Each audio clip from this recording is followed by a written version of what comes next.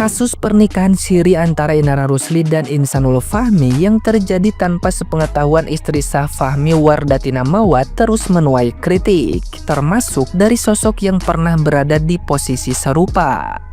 Dennis Karyesta yang sebelumnya mengakui pernah menjadi pihak ketiga kini memberikan wejangan khusus untuk Inara.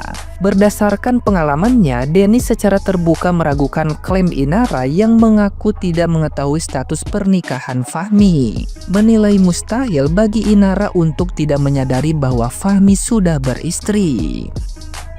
Dennis Karyesta menyarankan Inara Rusli untuk berkaca pada pengalamannya sendiri saat menghadapi cancel culture. Daripada terus berkelit dan berakting drama, Dennis mendesak Inara agar segera mengakui kesalahannya dan meminta maaf kepada Wardatina Mawat. Menurut Dennis, pengakuan adalah awal dari pertobatan dan langkah terbaik untuk meredakan amarah publik. Sebab drama yang terus disuguhkan hanya akan membuat orang semakin muak dan menghambat pemulihan karir Inara di masa depan. Nah, gimana nih menurut netizen yang terhormat? Silahkan berkomentar ya. Jika isunya sudah terbongkar, dia malah melaporkan siapa yang meretas CCTV-nya.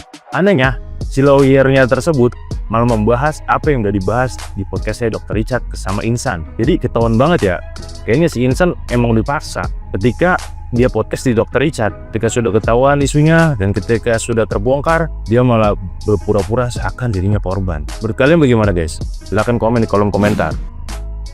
Inara Rusli jadi selingkuhan. Nggak tahu pula kalau jadi istri kedua. Kadang sepintar-pintarnya cewek masih bego juga ya. Ya sebenarnya nggak sepenuhnya salah Inara sih.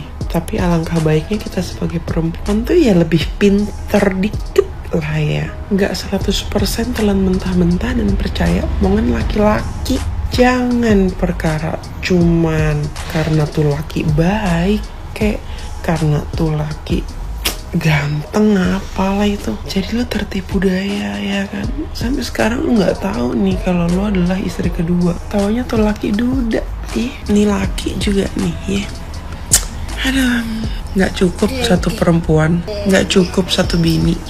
Gatal tuh burung. Katanya ikhlas lepasin, ya iyalah dia ikhlas. Ya kali dia udah encrut ya di tempat lain terus balik lagi ke kita diterima. Aduh jijik. Tapi iya kali main dilepas gitu aja, kasih pelajaran dong. Nih lihat ya, Mawa ya udah ikhlas mau bercerai, tapi ya tunggu sampai proses hukumnya berjalan. Definisi wanita cerdas dan tegas nih kayak gini. Ingat, nggak ada toleransi buat orang peselingkuh. Selingkuh itu dilakukan dengan sesadar-sadarnya. Jadi bukan hilap, itu mah sengaja. Emang nafsu aja. Kalau alibinya, ya kan udah izin buat poligami tapi nggak diizinin sama istri sah. Bang, banyak pintu surga. Nggak mesti ngizinin laki buat nikah lagi. Apalagi ngizinin buat laki selingkuh. Mau bahas sedikit tentang kasus yang lagi viral tentang perselingkuhan suami dari Wardatina Mawat. Aku udah nonton podcastnya bersama Korean Su. Aku juga udah nonton klarifikasi suaminya di podcastnya Dr. Richard Lee. Di podcast Mawa bersama Korean Su ini kan dia membahas banyak perihal tentang permasalahan rumah tangganya. Salah satunya yaitu selama masa pernikahannya selama 5 tahun, dia bercerita katanya suaminya itu tidak pernah memposting atau meng-up segala sesuatu yang menandakan bahwa dia sudah mempunyai keluarga atau mempunyai istri dan anak gitu. Sebetulnya laki-laki seperti ini itu banyak sekali di luaran sana. Tipe-tipe laki-laki seperti ini banyak sekali di luaran sana ya, yang udah punya istri, udah punya anak, tapi membangun brandingannya seperti seorang yang masih single. Di medsosnya kebanyakannya itu dia posting-postingnya cuman sendiri dan tidak ada yang menandakan bahwa dia itu udah berkeluarga gitu. Jadi secara otomatis wajar sekali bahwa banyak orang yang tidak tahu atau orang mudah sekali masuk ke dalam kehidupannya dia. Lalu di podcastnya bersama Dr. Richard Lee, si suami Mawa ini mengklarifikasi bahwa ternyata dia sudah menikah dengan Inara Rusli ya, diam-diam tanpa sepengetahuan istri sahnya Mawa. Aku mau bahas sedikit ya.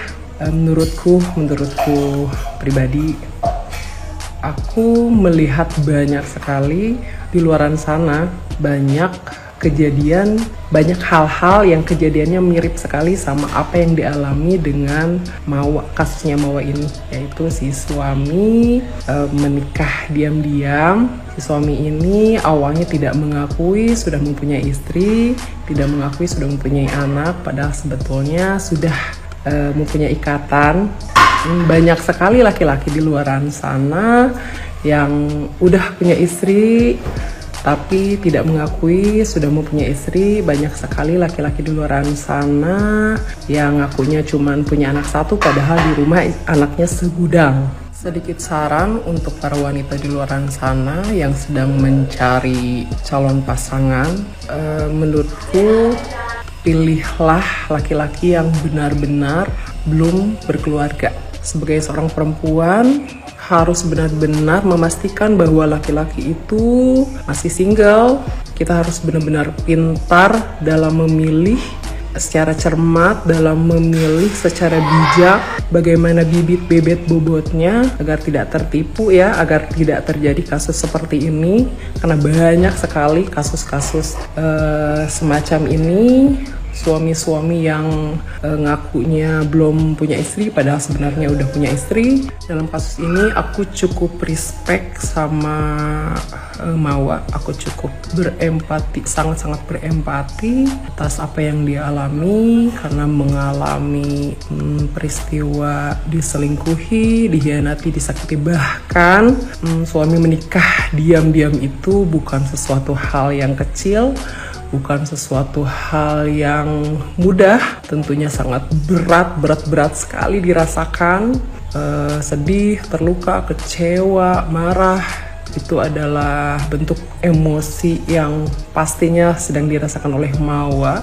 Tapi aku cukup salut di sini karena dia dengan berani dan tegas melaporkan suaminya ini ke kepolisian ya. Menurutku dia wanita yang benar-benar kuat dan berani sekali. Mungkin juga karena banyak dukungan dari masyarakat, banyak dukungan dari keluarga juga. Dan menurutku ini langkah yang tepat untuk memberi pelajaran kepada laki-laki yang modelannya kayak gini ya, laki-laki tipe yang kayak gini, yang ketika dia sudah mengalami atau merasakan posisinya terjepit atau sudah hampir terjatuh, dia akan memanipulasi keadaan, dia akan mencari pembenaran, padahal sebelumnya dia tidak pernah mau peduli, mau tahu dan mau merasakan apa yang istri dan anaknya akan terima, segala luka, segala sakit, segala bentuk